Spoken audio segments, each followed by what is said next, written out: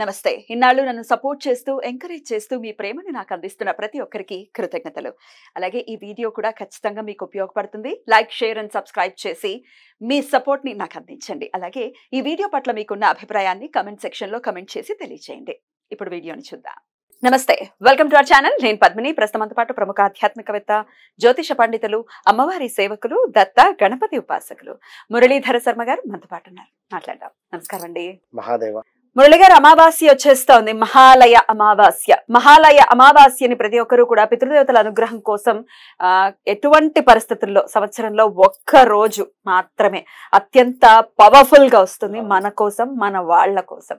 ఆ రోజున ఎటువంటి పరిస్థితుల్లో వినియోగించుకోవాలి. అయితే దీన్ని పక్కన పెట్టేసి, మహాలయ అమావాస్యని పక్కన పెట్టేసి సూర్యగ్రహణం సూర్యగ్రహణం సూర్యగ్రహణం ఇదే చంద్రగ్రహణం గురించి లేదురా నాయన, మనకి లేదు, ఇండియాకి లేదు అని ఎంత అన్నప్పటికీ మైండ్ లో ఒకటి ఫిక్స్ అయింది. డెఫినెట్ గా దాని నుంచి బయటపడడం అంటే ఇట్ ఈజన్ దట్ ఈజీ. డెఫినెట్లీ చాలా టైం పడుతుంది. ఈ సంవత్సరం లేదు అసలు.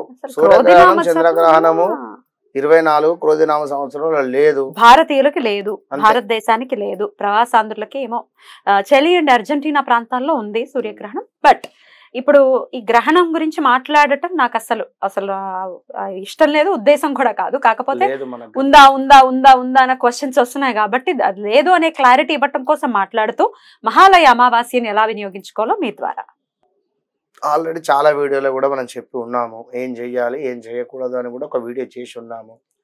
కనుక నేను ఈ వీడియోలో అందరికీ తెలుసు, ఆ రోజు పెద్దల పేర్ల మీద తర్పణాలని మరొకటి ఇవన్నీ చేసుకొని ప్రదోష కాలంలో గోటు పరమశివుడు.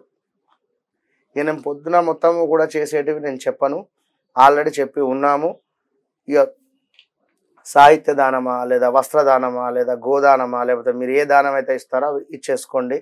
అందరికీ తెలిసిన విషయం ఇది. తెలియని విషయం ఇప్పుడు నేను చెప్తున్నా. ఏమిటి అంటే ఆవ నూనె, పెసర్లు, మినప్పప్పు, మైసూరు పప్పు, మరొకటి వచ్చేసి శనగపప్పు. మైసూరు పప్పు అదే మైసూర్ పప్పు అంటారు, రెడ్ కలర్ ఉంటుంది. మిస్సూరా ఎర్రకంది పప్పు. ఇంకొకటి శనగపప్పు. 5 తీర్లు అంతే.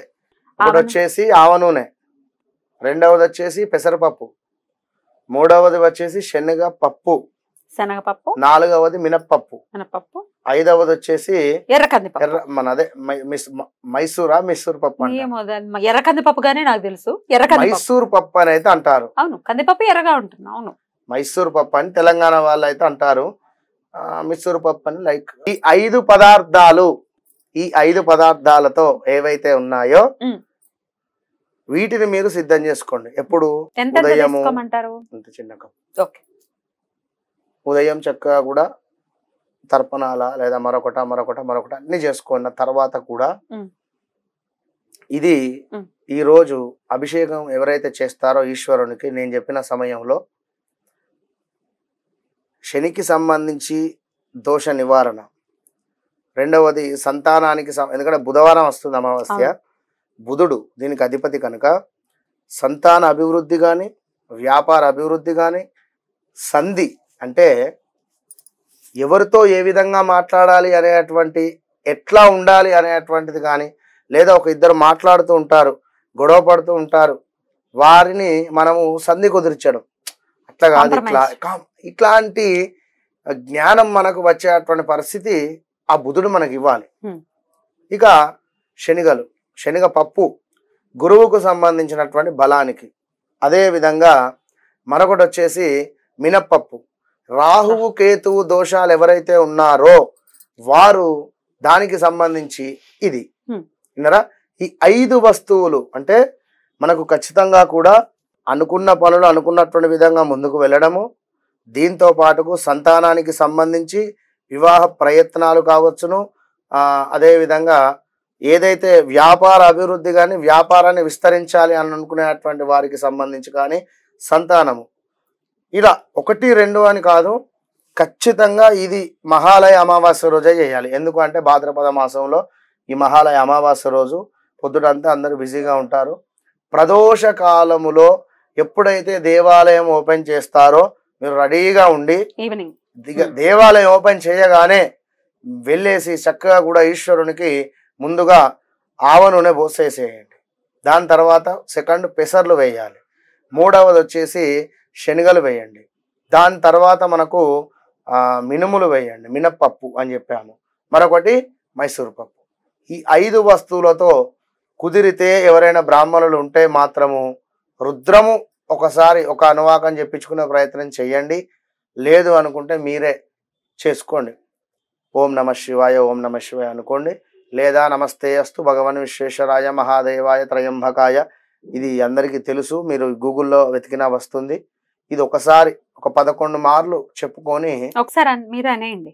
నమస్తే అస్తు భగవన్ విశ్వేశ్వరాయ మహాదేవాయ త్రయంబకాయ త్రిపురాంతకాయ త్రికాగ్నికాలాయ కాలాగ్ని రుద్రాయ నీలకంఠాయ మృత్యుంజయాయ సర్వేశ్వరాయ సదాశివాయ శ్రీమన్ మహాదేవాయ నమః. చాలా బాగుంది. ఇంతే, మామూలు కాదు. ఇది 11 సార్లు చెప్పుకుంటూ అభిషేకం చేసుకొని నెమ్మదిగా కూర్చొని కనెక్ట్ కండి. ఏదో అభిషేకం చేసుకున్నామా వెళ్ళిపోయామని కాకుండా మీ బాధ ఏమైతే ఉందో తనకు చెప్పండి. తన నుండి మీరు తదాస్తు అనే భావనను స్వీకరించినట్టుగా భావన చేసుకోండి. ఇంతే.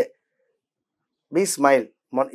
ఇవాళ నిన్న దేవాలయానికి ఒక 2 వచ్చిండ. ఎంత అంటే వారిని ఏదో ఎక్కిరిస్తున్నాను కాదు, కానీ నేనే గొప్ప అని చెప్పడం లేదు. మరొకటి నేను జస్ట్ చెప్తున్నా. నేను గ్రహించింది అక్కడ. ఆగం వచ్చేసిండ్రు, కవర్ ఇచ్చేసిండ్రు. అర్చన నవ్వయా బాబు, నవ్వంటే ఆర్టిఫిషియల్ ఇక జాలిగా సినిమాలో ఒకసారి నవ్వవా అంటే అంటే ఎందుకు అట్లా? దేవాలయానికి ఎంటర్ కాగానే ప్లీజ్ స్మైల్, నవ్వుతూ. అదే కదా మనం ఇచ్చేది ఆయనకు. అంతకుమించి ఏం ఇస్తావు? నువ్వు ఏం పుష్పాలు ఇచ్చినా ఆయన తీసుకొని పోడు, ఏం పెట్టినా ఆయన తీసుకొని పోడు. మీరు బంగారం ఆయనకు కంప్లీట్గా దేవునికి దిగేసినా తీసుకొని పోడు. మీరు మంచిగా ఉండాలి అనేటువంటి భావన మీ నుండి బీ స్మైల్ మాత్రమే భగవంతుడు కోరుకున్నది కనుక స్మైల్తో స్వామిని నమస్కరించండి. 2 చేతులు పెట్టి నమస్కారం చేస్తేనే కాదు, ఎప్పుడైనా ఇట్లా పెడతారు కొందరు. ఇది ఇట్లా కూడా పెట్టకూడదు, విన్నరా? ఎప్పుడైనా కూడా మనం కంప్లీట్గా ఈ జబ్బలు కూడా ఇట్లా డౌన్ చేసుకొని ఇట్లా పెట్టుకోవాలి.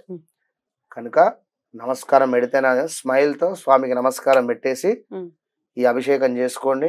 చక్కగా సూపర్ రిజల్ట్ ఉంటుంది. కాబట్టి అంటే ఉంది అక్కడ ఇక్కడున్న సూర్యుడు ఒక్కడే అన్నమాట. డెఫినెట్ గా చాలా ఇంపాక్ట్ చూపిస్తుంది. లేదు, సూర్యుడు అక్కడ ఉన్నాడు, ఇక్కడ లేడు, ఆయన రేస్ పడట్లేదు. సైంటిఫిక్ గా ఆలోచిస్తే రేస్ పడితేనే కదా ఆ సూర్యగ్రహణానికి సంబంధించినటువంటి ఇంపాక్ట్ ఉంటుంది. ఆ రేస్ ఏం లేదు, ఎందుకంటే ఎప్పుడో రాత్రి 9ంటికి మొదలవుతుంది ఇండియా టైమింగ్స్ ప్రకారం చూసుకుంటే. So don't worry about it.